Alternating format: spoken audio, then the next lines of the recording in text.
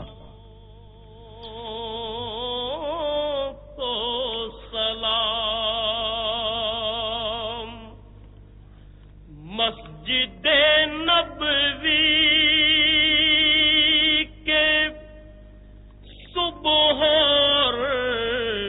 مسجد کے 6 نئے میناروں کا حسن دیکھنے سے تعلق رکھتا ہے. اس کا ہر انداز اسلامی طرز تعمیر کے دریچے کھولتا نظر آتا ہے. مسجد نبوی کے صبح باب فہد پر اسلامی فن تعمیر کے بھرپور مظہر دونوں میناروں کی تعمیر مکمل ہو گئی.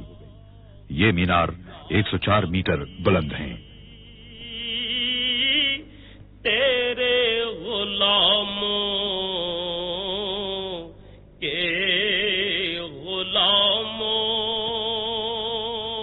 توسیعی منصوبے میں اس بات کی کوشش کی گئی کہ زیادہ تر تعمیراتی سامان ملک ہی کا ہو اور بیرون ملک سے درآمد نہ کرنا پڑے. تاہم ضرورت پڑنے پر درآمدی اشیاء کا استعمال بھی کیا گیا.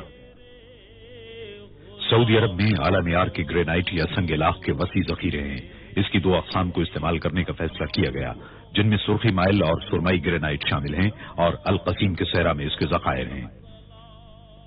گرینائٹ کا شمار ایشیا کی سخت ترین چٹانوں میں ہوتا ہے اور اسے کاٹنا انتہائی دشوار ہوتا ہے.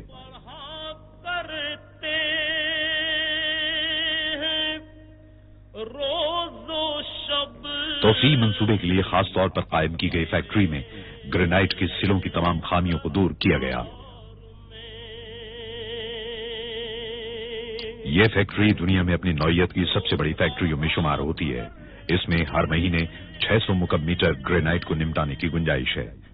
جہاں پہلے گرینائٹ کو جسامت اور معیار کے اعتبار سے چھانٹا اور درجہ بندی کی جاتی ہے. اس کے ساتھ ہی درجہ بندی کے اعتبار سے ایک کوڈ نمبر دے کر انہیں کمپیوٹر سسٹم میں فائل کر دیا جاتا ہے جو پیداوار کے ہر مرحلے کے دوران دیکھا جا سکتا ہے. گرینائٹ کی سلوں کو کاٹنے کا عمل دن رات جاری رہا. کٹائی اور پالش کے بعد ہر ٹکڑے کا پوری طرح معائنہ کیا گیا اور روانہ کر دیا گیا. آخری معائنے کے بعد تمام اینٹوں پر انفرادی اور تعمیراتی علاقے کے کوڈ نمبر ڈالے گئے تاکہ تعمیر کے دوران انہیں درست مقام پر نصب کرنے میں سہولت رہے. مسجد کی توسیع کے ہر پہلو کے تفصیلی منصوبے تیار کیے گئے تھے.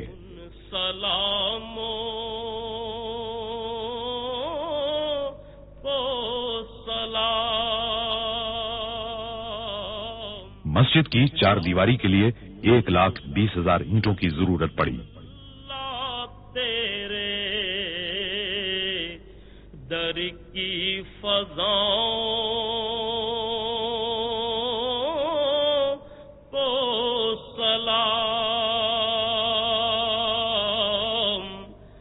گنبد خضرا کی شاندار قسم کی مزید 11,000 اینٹوں کی ضرورت تھی.